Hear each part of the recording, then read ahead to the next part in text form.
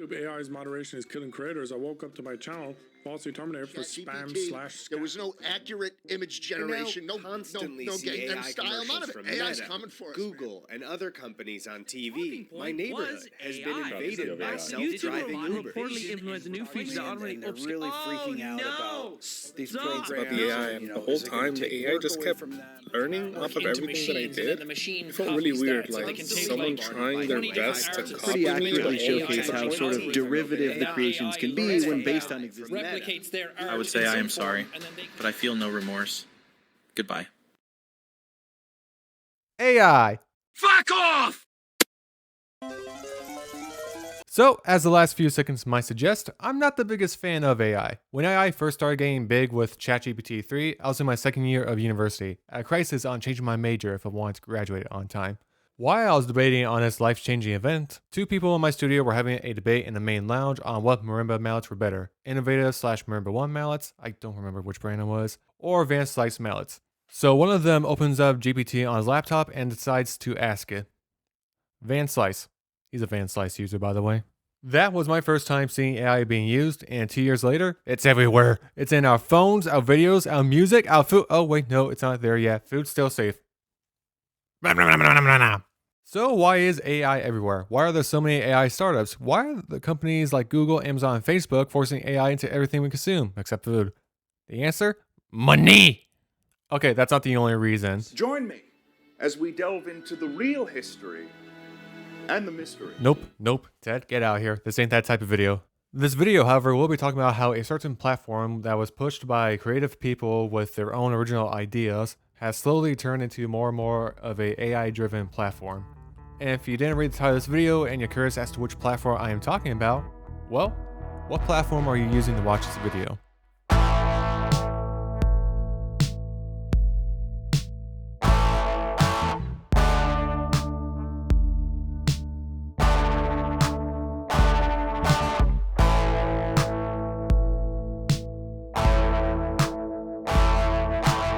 Over a decade ago, YouTube didn't rely on an algorithm telling people what they should do to gain more views or what it would feed to other people watching YouTube videos. They would just go to the YouTube homepage and see what was popular.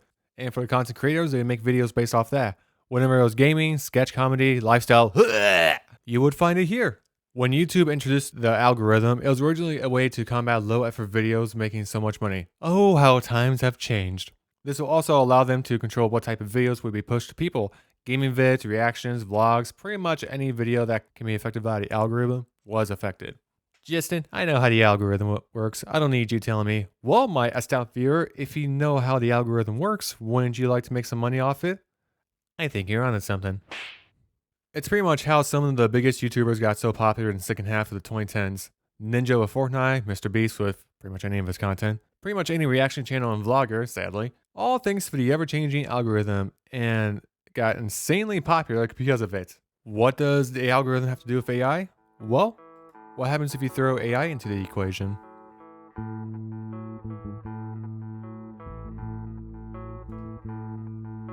In 2021, we started to see AI tools popping up. At first, it was with blurry, pixel-ridden videos and photos that did not remotely look anything human.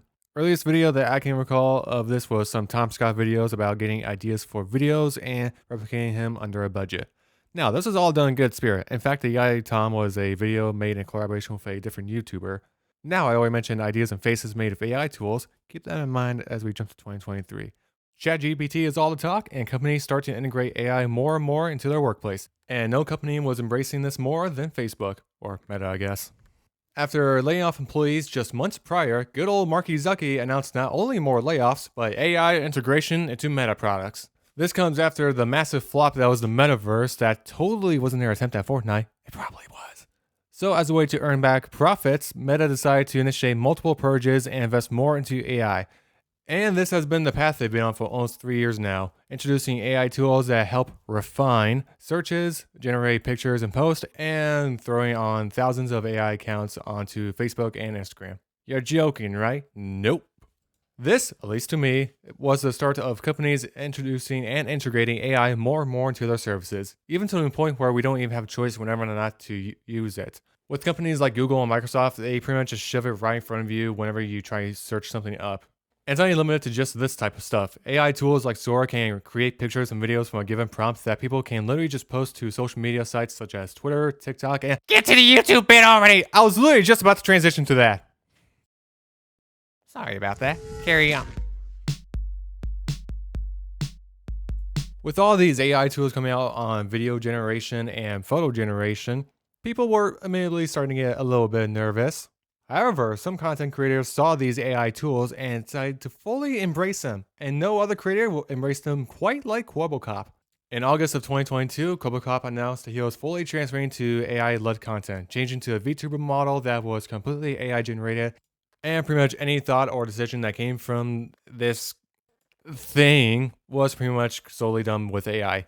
Ladies and gentlemen, this is how you kill a career as a YouTuber.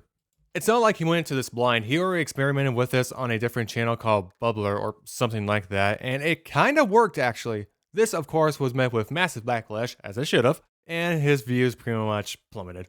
But that wasn't the end there. He announced months later that he was doubling down when he released Quabblecop 2.0 that featured a AI-generated version of his actual face, and that's the path he has pretty much been on since. Pretty much reacting to the game that's shown, reacting to AI content, and becoming less and less liked. Wait, AI reacting to AI content. What on earth? This isn't just limited to Quabblecop either. There are many channels that use AI tools like this to make lazy videos and to make money, as that's all they see on YouTube, a way to make a quick and easy buck. This and the release of Sora, an AI video making tool, has unleashed a wave of quarter-baked AI content dubbed AI slop. And how is YouTube regulating this? Take a guess. While they claim they do regulate AI-generated content on the platform, they really haven't done much. If they did, Quebs would not be around. As a matter of fact, YouTube has been embracing AI in their own ways. In September of 2023, YouTube announced that it would be introducing AI tools on the platform. Some of these features include Dream Screen, allowing Shorts creators to type a prompt to generate backgrounds for their videos, a Loud, a dubbing tool, and plans to roll out an AI assistant for the creator music library. They also announced plans to integrate generative AI into YouTube Studio to help generate video ideas. Sound familiar? I want to point out a quote from the article that I found that was from the CEO of YouTube when talking about all this AI stuff. When talking about all this AI stuff, the CEO of YouTube, Neil Mohan, has said, making it easier for creators anywhere to create content they love is core to YouTube's commitment to putting creative power into the hands of billions of people. Interesting how that's translated so much today. The only tool that they announced at this whole thing that I'm least irritated or infuriated, depending on how I'm feeling, with is the dubbing one, which, hey, I get it. Don't limit your audience to one language, but still, kind of slimy, like Asmongold. Everything else, I'm not too big of a fan of personally. The AI-generated backgrounds sound dumb for YouTube Shorts. I mean, why would you want a different background for a YouTube Short? It's a YouTube Short. Look, Mom, I'm in front of the World Trade Center building. And the tool that allows you to generate ideas with AI in YouTube Studio. Dude, how much are you struggling with coming up with ideas? I mean, I'm not saying I'm original. I upload Let's Plays for crying out loud. But dude, I don't think you need to resort to AI to come up with an idea. That wasn't the end of AI tools in YouTube. A month later, they announced AI tools that specifically target at advertising and branding to reach to more people. That totally ain't creepy. Oh, it gets worse from here. The next year, they announced that they're going to integrate Veo, Google's video generation model, into Dream Screen, which will let you create full-blown AI-generated Shorts clips to YouTube Shorts. They also announced that they're going to expand the idea generator into the Inspiration tab that also includes thumbnails and titles, all as a way to enhance the work that you do, while also using the videos to train our AI. Hey, it's gotta learn somehow. So, what have they done for 2025? AI summary of videos. What? Why would I need a summary of a video before I watch it? Doesn't that kind of just defeat the point of watching the video? Here's an example, my Wind Waker video. You could get a AI summary of the video of what I talked about in bullet point 4, or just watch a video where I'm actually talking about the damn game. Also, that AI summary logo looks a lot like the Gemini logo. Hint, it is. And back in September, they announced that VO3 will allow you to make videos with sound for YouTube Shorts content for free. Why? They also announced that later down the line, you will be able to add motion and different styles for these AI content. Cool, I guess. They also announced speech to song, allowing you to use a quote from a video and making a song out of it. So you can literally make a song of a YouTuber dropping the N-word. Hard R and everything. Yeah. A AI-powered editing tool taking a raw file of a video and making it into a first draft. You know there's video editing softwares that are free, right? Like Shotcut. Wanna know how I know? How do you think I'm editing this video? Also, I'd rather sift through hours of my own raw footage to find sections that I find funny than letting AI think it's found something funny. And Ask Studio, a AI-based conversational tool to help you by providing insight into analytics and audience data. Man, Mr. Beast really did ruin YouTube. Even he was trying to get in on this AI stuff with his thumbnail generator, which people rightfully ridiculed him for. A lot of people blame Mr. Beast for how YouTube is today, but YouTube is the one that is pushing this stuff out into the algorithm, so keep that in mind. I'm not saying I'm defending Mr. Beast, I don't even watch his videos, but just something to keep in mind. And if you think this is the extent of what YouTube has done with AI that they announced, oh boy, they've done stuff that they haven't even announced.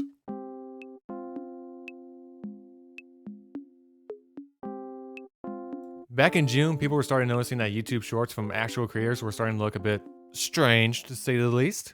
But Rhett Scholl, a guitar YouTuber, made a video pretty much confirming that AI was being used to upscale YouTube Shorts videos, which in turn was making the YouTube Shorts videos made by original people, making it look like it was AI generated.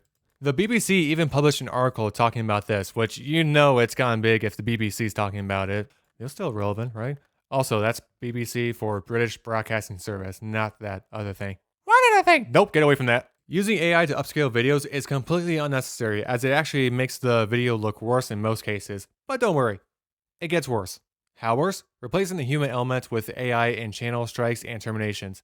As if using AI to tell if someone's over 18 or not wasn't bad enough. So a while back, a YouTuber by the name of Enderman had his channel deleted by YouTube as his channel was linked with a spam channel that happened to cross paths with his. When he went to get his channel back, he got told right away, multiple times, no. So he went to Twitter, caused a commotion, and got his channel back. This raises the biggest question to all the AI integration all these companies are trying to push. Where's the human element in this? Are we meant to consume content by real people or by those too greedy and lazy to even try and make their own content? Am I interacting with an actual human or a bot? Okay, I gotta talk about this because it has been a problem for years with these social media platforms. These companies have literally done nothing to address the bot problem that has been plaguing all these platforms ever since, like, pretty much our inception, really. You pretty much have all these spam bots and freaking porn bots, like, plaguing all these posts and videos and all that crap, just, like, trying to, like, scam you pretty much out of, like, your life savings. And these companies haven't done a damn thing about it. YouTube especially, I mean, there is so much porn shit on this site that is actually very concerning that kids are on it. And they haven't even bothered to address that whole fiasco, really. And here's the thing, though. I don't think these social media platforms are going to do anything about the bot issue. You want to know why? Look at Twitch. Literally, after they started cracking down on bot viewing and pretty much anything bot related, overall viewership on Twitch went down by 25%. That's literally a quarter of overall viewers. And this is pretty much encouraging every single social media company out there to not crack down on bots. Instead, let's pump in more. The number gets to go up and we get to make more money. The stockholders are happy. There are days where I see stuff like this pop up my freaking feed and I kind of just go, where's the care for like the people who actually use this site? Where's the care for people who actually like jump on here just for like innocent fun or to like look at what other people or their friends are posting? Instead of shoving all this like advertising AI crap down everyone's throats. It's just, where's that title card? I don't want to draw a bleak future for YouTube and the internet. YouTube has clearly shown that they ain't gonna stop with AI despite the community being against it. And all these tech companies show no signs slowing down with AI either. So, what can we do? Well, one thing that we can do is just don't use them really. Admittedly, this is easier said than done with companies like Microsoft and Google just forcing AI into our hands, like with Copilot and Gemini being the first thing that pops up whenever you look something up. But I normally just like skip past these and just find a actual article that has valid information. Don't know how effective this is with everyone, but this works for me pretty well. For identifying AI content, just keep an eye out as to what AI can fully replicate, and if there is any type of boring or art or oily style, it's most likely AI. And if you are tired of the YouTube algorithm at this point, just know that you don't have to watch whatever the algorithm feeds you. It's like a restaurant with a buffet. They may try to serve you what's on the menu, but you always just go get the menu and some at the buffet area. Also, almost everyone uses YouTube now, so don't be afraid to ask other people for video ideas or suggestions. In my first year of university, I was actually talking to someone who actually recommended a YouTube video for me from a channel called Jello Apocalypse. The video is Let's Make a Pokemon Game if you're curious. And I actually enjoyed the video. So there is proof that you can get actual good video suggestions from people and not from an algorithm. And that's pretty much everything I wanted to talk about really for this video. Hope you guys somehow enjoyed my ramble on this topic, and I'll just see you guys next time. Peace.